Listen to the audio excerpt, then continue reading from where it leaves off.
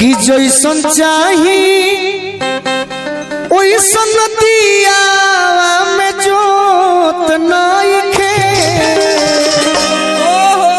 जा रही हो, जल्दी आओगी ना? जल्दी आना बाबू, नहीं तो मैं तो घरे में मर जाऊंगी। छोट भाई हवे देखो ये सखी का जाने का है जाड़ा के महीना में से हमारे राजा जी कठुआई रहते रे कि जैसन चाही ओइसन दिया में जोत नइखे। अरे जब कलाकार के मुंह से कोनो गाना निकले नु तो देह ऐठे के चाहिए। तू बुझाता कि यही बड़ू स्कूल में प्रार्थना गावे कि तुम ही हो माता पिता, तुम ही हो बंधु सखा, तुम ही हो ना ऐठत रहो तबे तनी हमरो मनवा गरमा जाई। कि जैसन चाही अरे ओइसन दिया में जोत नइखे। तो कहतारी कि तब आगे कह कि हमारा राजा जी से सखी लइका होत नइखे। जी से सखी जैसन चाही ओइसन दिया में जोत नइखे। जैसन चाही ओइसन दिया में जोत नइखे। बिना कटिंग के बजाई प्रेम से कि हमारा राजा जी से सखी लइका होत नइखे। हमारा राजा जी से सखी लइका होत नइखे। जिया जिया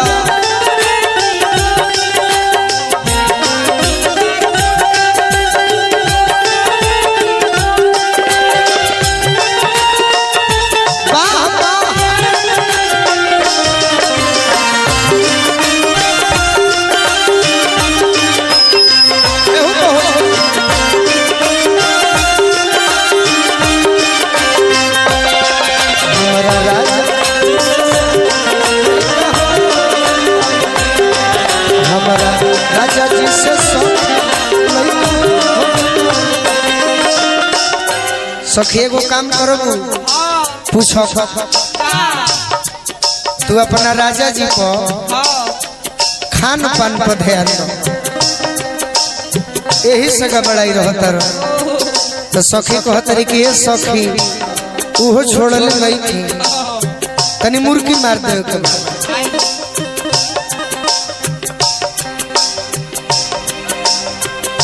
दूधवा मलाई कतनो बारी बारी से तनी मुर्गी मार के दिखाओ। अरे आओ इनकर मुर्गी देखो जानू भैया। अरे लयदार के धरती पर मुर्गी तू देखा वास्तव हम नहीं पहनले तब तोहरो देखे।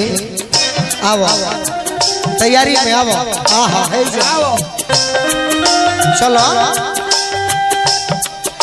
का हो मुर्गी बुझाला का तबीयत में का हो गई। अरे अरे अरे अरे हाय हाय हो बिना म्यूजिक के अरे वाह भाई देखो कलाकार ऐसा चाहिए ना अपना ही गाओ तो बड़े अपने नाचे तो बड़े तनी मनी प्रयास करो। तबीयत खराब भइल है का बात बा भाई।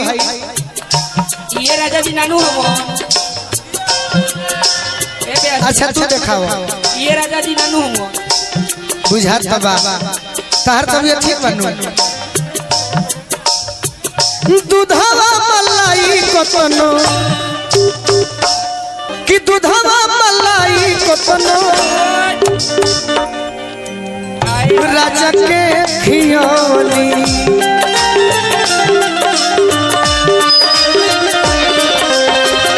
दूधवा मलाई कतनो राजा के खियोनी।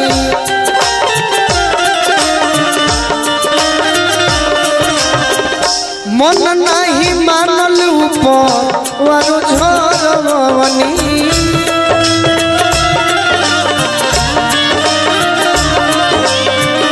मन नहीं मानल ऊपर वारो झरवनी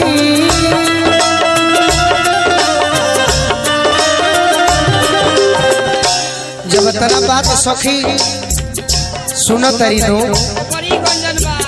तो कह तरी कि ये सखी एगो हमार कहना मानो जब जब तहार रजऊ तहरा भीरी आई है नो तो अपन उठावा उनका उठावा में सकई तो से का जने मन ने होई तो तुरंत मम्मी बन जाई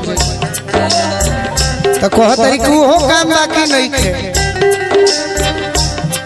कहियो सटत हमारा उठावा में उठ नहीं खे कहियो सटत हमारा उठावा में उठ नहीं खे हमारा राजा जी से सखी लइका होत नहीं हमारा राजा जी से सखी लइका होत नहीं खे हमारा राजा जी से सखी लइका होत नहीं खे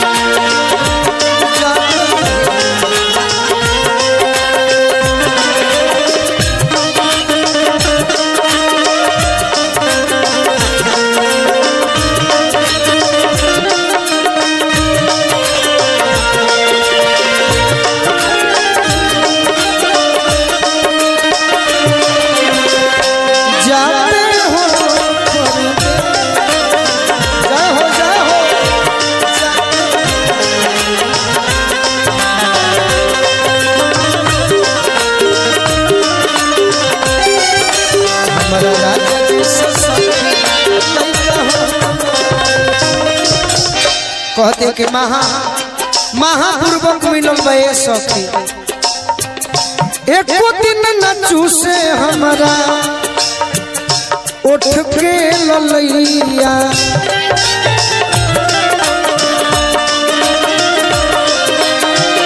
एको दिन न चूसे हमारा उठ के ललैया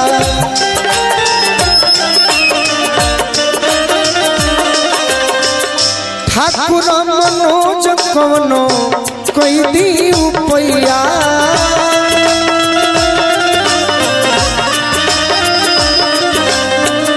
ठाकुर मनोज कवनो कोई दी उपैया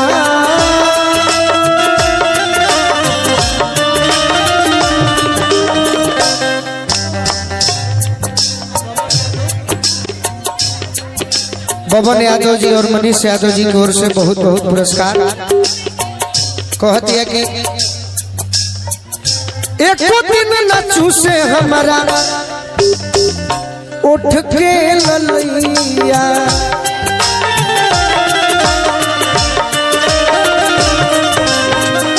ठाकुर मनोज कोनो कोई दी उपैया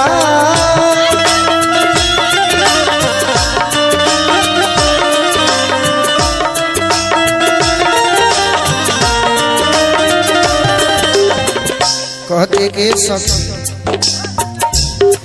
गीला गोलू जैसन करत पेटीकोट नइखे गीला गोलू जैसन करत पेटीकोट नइखे